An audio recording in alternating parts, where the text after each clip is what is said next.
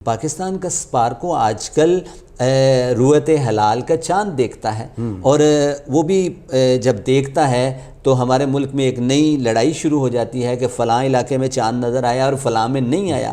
اس space پر جانے کے لیے آپ کو سائنسدانوں کی ضرورت ہے، سائنسدانوں کو فائنینس کی ضرورت ہے، فائنینس بزنس سے جنریٹ ہوتا ہے، بزنس ہمارے ملک میں ہے نہیں۔ ہماری پریورٹی میں نمبر 1 ایجوکیشن نہیں ہے، تعلیم نہیں ہے، اور نمبر 2 ہماری پریورٹی میں بزنس ایجوکیشن نہیں ہے۔ میں یہاں پر ایک اور آپ کو حیران ہونے والی بات بتا دوں، Brazil, Russia, India, China and South Africa, یہ 5 ممالک، ان کو برکس ممالک کہتے ہیں۔ یہ برکس ممالک آنے والے دنوں میں ڈالر کے مقابلے میں ایک نئی کرنسی کو لانچ کرنے لگے ہیں، کیونکہ ان کا یہ ماننا ہے کہ دنیا کی تجارت کا 63% یہ لوگ جنریٹ کرتے ہیں۔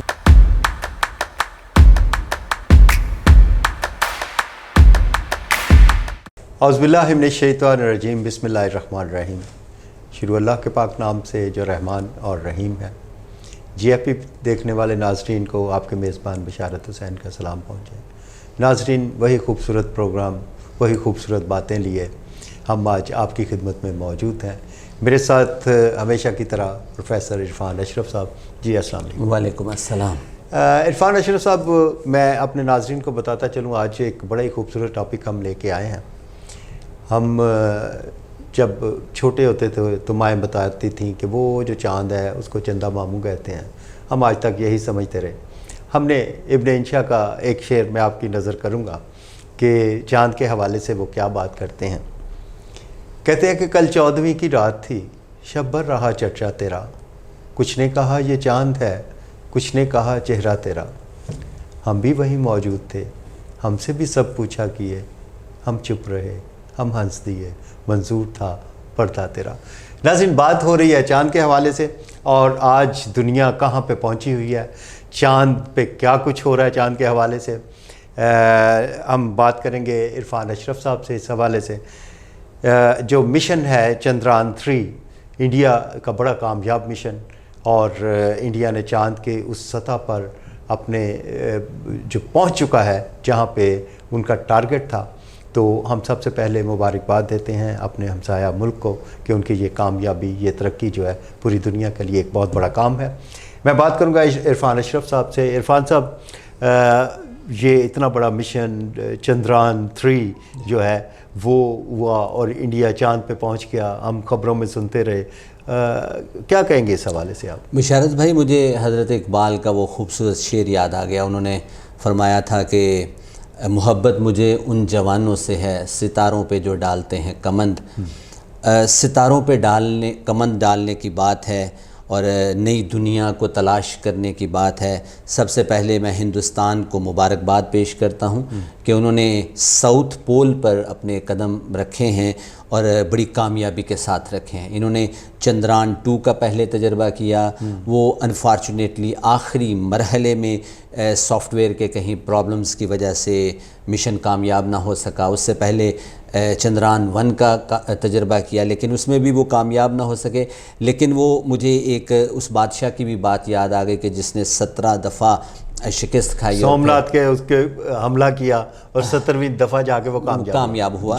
تو ٹرائی اگین کرتے ہوئے وہ اپنی منزل تک پہنچ گئے۔ مجھے نیو یارک ٹائم کا وہ کارٹون یاد آ گیا۔ آج 20 سال پہلے ایک نیو یارک ٹائم میں ایک کارٹون چھپا تھا، اور اس کارٹون میں ایک تصویر تھی، اور تصویر میں 4 سائنسدان، ایک امریکہ کا، ایک رشیا کا، ایک انگلینڈ کا اور ایک چائنا کا، بیٹھے ریسرچ کر رہے تھے سائنس پر۔ اور وہیں دروازے پر ایک بوڑھا سا شخص جس نے دھوتی پہن رکھی تھی، اور اس کے ہاتھ میں ایک رسی تھی، اور رسی کے ساتھ ایک بیل تھا اس کے پاس، اور اس نے کہا کہ مجھے بھی اندر آنے کی اجازت دو، میں بھی دیکھوں آپ کیا کر رہے ہو۔ انہوں نے کہا چلو یہاں سے چلے جاؤ۔ تصویر کا مفہوم یہ ہے۔ اور آج پھر نیو یارک ٹائم میں ایک تصویر چھپی ہے کہ وہ دھوتی والا شخص جس کے ہاتھ میں بیل تھا، وہ اندر بیٹھا ہے, باقی چاروں لوگ باہر بیٹھے ہیں, اور وہ اس سے پوچھ رہے ہیں کہ بھائی ساؤتھ پول کے حالات کیسے ہیں, وہاں پر کون کون سی معدنیات موجود ہیں, وہاں پر پانی کے کیا اثرات ہیں, وہاں پر 256 ڈگری مائنس سینٹی گریڈ پر کیا زندگی کے آثار ہو سکتے ہیں. اور انہوں نے وہ ریسرچ کر کے ہندوستان نے آج دنیا کو ثابت کر دیا ہے کہ ان کے سائنسدانوں نے ایک میریکل جو ہے وہ کر دیا ہے, اور اس پر میں ہندوستان کو بہت بہت مبارک پیش کرتا ہوں. اچھا, یہ جو ISRO ان کا ادارہ ہے اسپیس سے ریلیٹڈ, اور پاکستان کے پاس اسپارکو ہے. جی, اسپارکو بڑی دیر پہلے اس مشن میں لگا ہوا ہے. جی, اور انڈیا کا جو مشن ہے وہ بہت ان کی محنت کرتے رہے, وہ کمپلیٹ ہو گیا.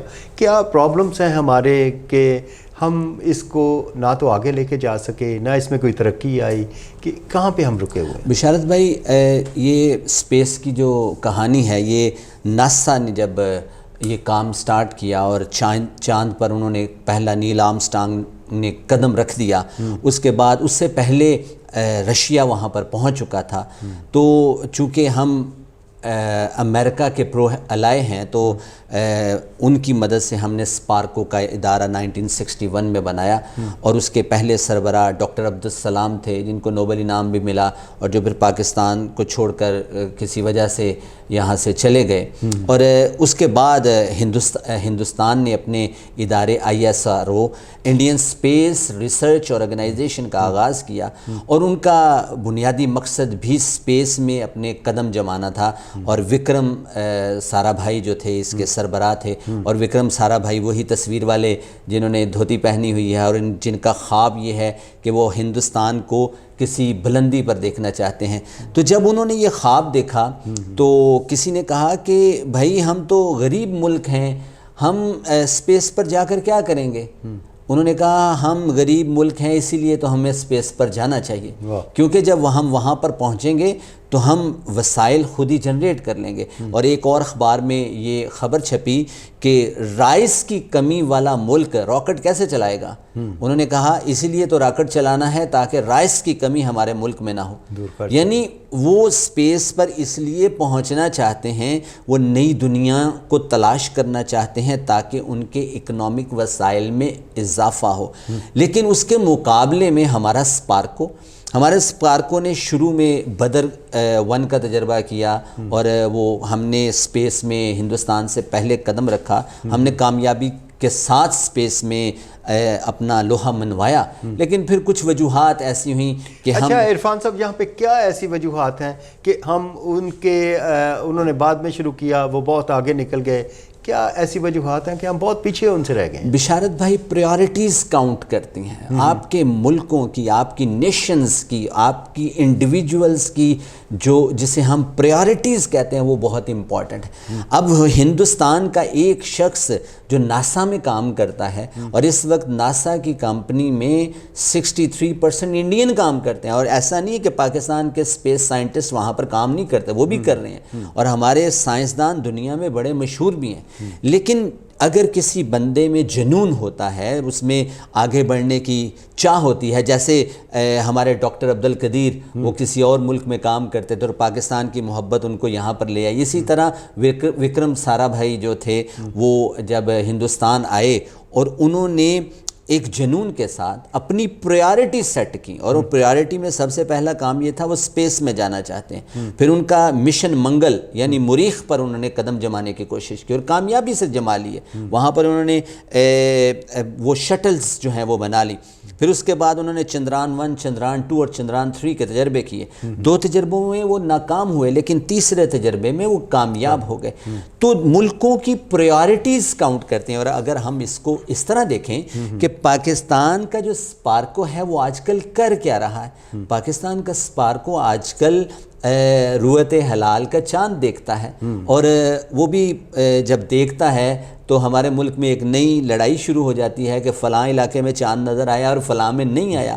اور پھر اس کے علاوہ ہمارا اسپارکو جو ہے یہ ساتھ میں موسمیاتی تبدیلیوں پر غور و فکر کرتا ہے, اور ان کی پرائرٹی. اور اس میں ایک اور بڑی امپورٹنٹ بات ہے کہ اس ٹیکنالوجی کے لیے، اس اسپیس پر جانے کے لیے آپ کو سائنسدانوں کی ضرورت ہے، سائنسدانوں کو فائنینس کی ضرورت ہے، فائنینس بزنس سے جنریٹ ہوتا ہے، بزنس ہمارے ملک میں ہے نہیں، اور اس میں ایک اور بڑی امپورٹنٹ بات ہے، ہماری پریورٹی میں نمبر 1 ایجوکیشن نہیں ہے، تعلیم نہیں ہے، اور نمبر 2 ہماری پریورٹی میں بزنس ایجوکیشن نہیں ہے۔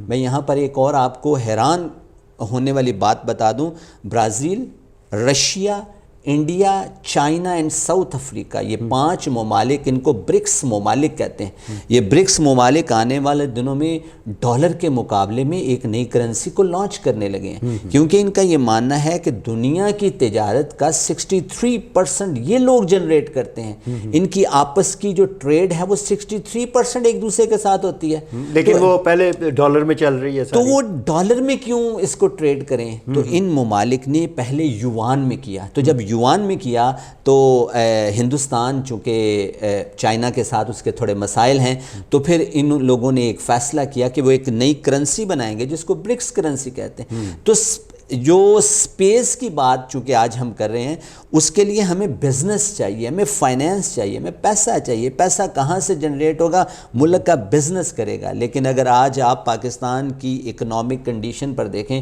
آج بجلی کے معاملات دیکھ لیں آپ کے سامنے، آپ IMF کے ہر وقت جھولی پھیلا کر اس کے پیچھے ہوتے ہیں کہ بھائی ہمیں اتنے ڈالر دے دو، اتنے ڈالر دے دو، تو جب یہ کام ہوتے ہیں تو پھر ہمارے ملکوں میں مسائل کریٹ ہوتے ہیں۔ اچھا عرفان صاحب، یقیناً جیسے آپ نے کہا کہ جب اس قسم کے کام ہوتے ہیں تو ان کا آپ نے یہ بھی بات کی کہ اسٹاک ایکسچینج پہ ایک دم فرق پڑا ان کے، اور ان کے جو ہے جتنے فائنینشیل پرابلمس ان کے چل رہے تھے ان میں بہت زیادہ بہتری آئی، بہت زیادہ انویسٹر وہاں پہ اس کی طرف اٹریکٹ ہوئے۔ تو یہ ہم اتنا پیچھے کیوں رہتے جا رہے ہیں؟ بشارت بھائی، ایک اس کے ساتھ ہی ایک اور سوال ہے کہ انڈیا کو چاند پر پہنچنے کے فائدے کیا حاصل ہوں گے؟ اچھا، آپ کے سوال کے ساتھ اس کو بھی اٹیچ کر لیتے ہیں۔ اب اگر ہم پاکستان کا اسپارکو اور ہندوستان کا ISRO اس کا موازنہ کریں تو ہندوستان نے اپنے بجٹ کا 1.5 ارب ڈالر جو ہے وہ اس ٹیکنالوجی کے لیے، سپیس کی ٹیکنالوجی کے لیے رکھا ہے، اس ریسرچ کے لیے رکھا ہے، اور ہمارے ہاں 4.5 کروڑ ڈالر صرف سائنس اینڈ ٹیکنالوجی کے لیے مختص کیا جاتا ہے۔ آپ پریورٹی دیکھ لیں، ایک ملک 1.5 ارب ڈالر اور دوسری طرف 4.5، اور پھر اس کے بعد جب ہندوستان وہاں پر پہنچتا ہے تو کہتے ہیں کہ آنے والے دنوں میں انٹرپرینیورل سپیس ٹیکنالوجی میں، نئے بزنسز میں ٹریمنڈس چینج آئے گی، اور پہلے یہ 13 بلین ڈالر کی اکانومی تھی جو فوراً انڈیا کے وہاں پر پہنچنے کے ساتھ ہی 26 بلین ڈالر کی اکانومی بن گئی ہے۔ اس کا مطلب یہ ہوا کہ دنیا کا بزنس اٹریکٹ ہوا ہے ہندوستان کی طرف۔ ہندوستان کی اس ایک اچیومنٹ کے ساتھ سٹاک مارکیٹ میں ان کا بہت بڑا بوسٹ ملا ہے، ان کے سٹاکس کو، ان کے شیئرز کو، ان کے بانڈز کو، ان کے ڈیبینچرز کو، ان کی ییلڈ میں ایک دم بہت اضافہ ہوا ہے، اور اس کے ساتھ ان کے جو انجینئرنگ کالجز ہیں، انجینئرنگ یونیورسٹیز ہیں، اس میں بچوں کا رجحان بڑھا ہے، لوگ سائنسدان بننا چاہتے ہیں۔ بزنس میں ان کا ایک فوراً سے ایک مقام ہوا ہے جس سے ملک کی اکانومی بڑھی ہے۔ اور ایک اور بات، چونکہ سپیس میں جب آپ چلے جاتے ہیں تو آپ کو اپنے ساتھ والے ممالک پر نظر رکھنا آسان ہو جاتا ہے۔ چائنا سپیس میں چاند پر پہلے موجود تھا، اور چائنا ہندوستان کے ساتھ اگر جیو پولیٹیکل سچویشن میں دیکھیں کچھ مسائل چل رہے ہیں، تو وہاں پر اب ساؤتھ پول میں انڈیا بھی آن کر بیٹھ گیا ہے، اور جس سے اس کو پوری دنیا پر نظر رکھنے میں آسانی ہوگی۔ اور ایک بہت امپورٹنٹ بات، سیٹلائٹ میں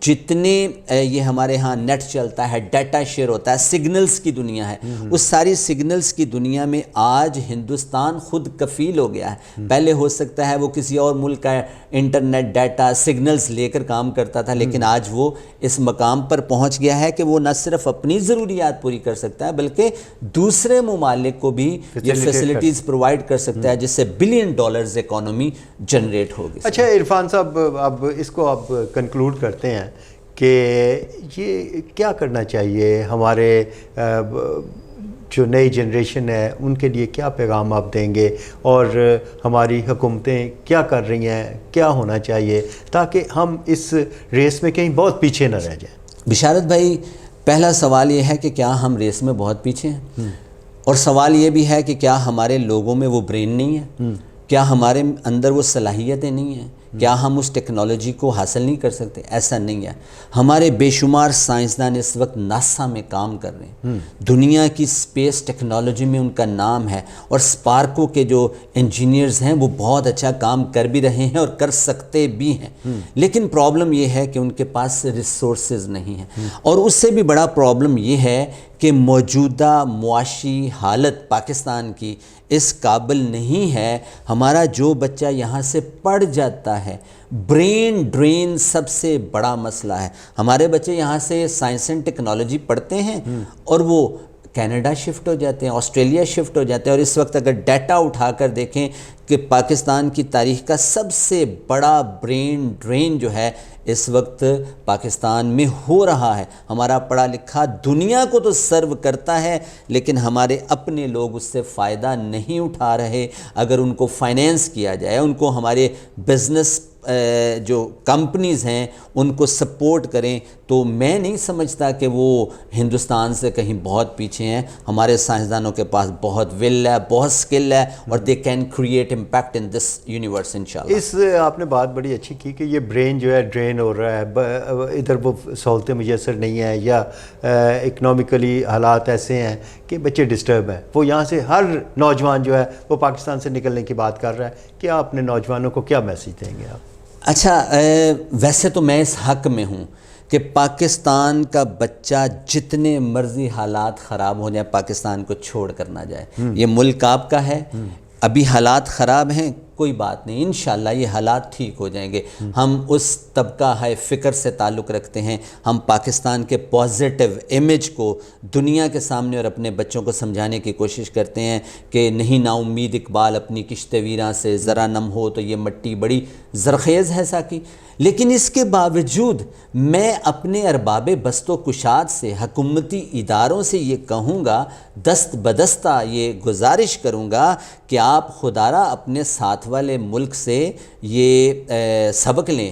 615 کروڑ روپے میں، صرف 615 کروڑ روپے میں یہ مشن کامیاب ہوا ہے. بہت بڑا کسی ملک کے لیے بجٹ نہیں ہے کہ آپ 615 کروڑ روپے میں آپ، اور ان کے پاس 16,000 سائنسدان اس وقت ISROs میں کام کر رہے ہیں. لیکن پاکستان میں جو چند لوگ سائنسدان کام کر رہے ہیں، یقین مانیں اگر آپ ان کو وسائل دیں تو مجھے یقین کامل ہے کہ ہم امپیکٹ کریٹ کر سکیں گے. اس کی مثال یوں ہے کہ آپ نے ہندوستان نے 1974 میں ایٹم کا تجربہ کر لیا تھا.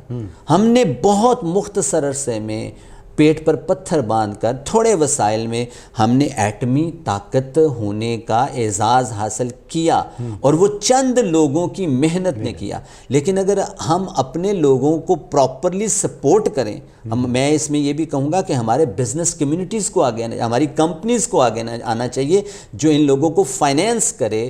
اور میں ایک اور گزارش کروں گا، اپنے بچوں کو سائنس پڑھائیں، ٹیکنالوجی پڑھائیں، ان کو کامرس پڑھائیں، ان کو اکنامکس پڑھائیں، تاکہ ہمارا بچہ اکنامکس پڑھ کر پیسہ جنریٹ کرے.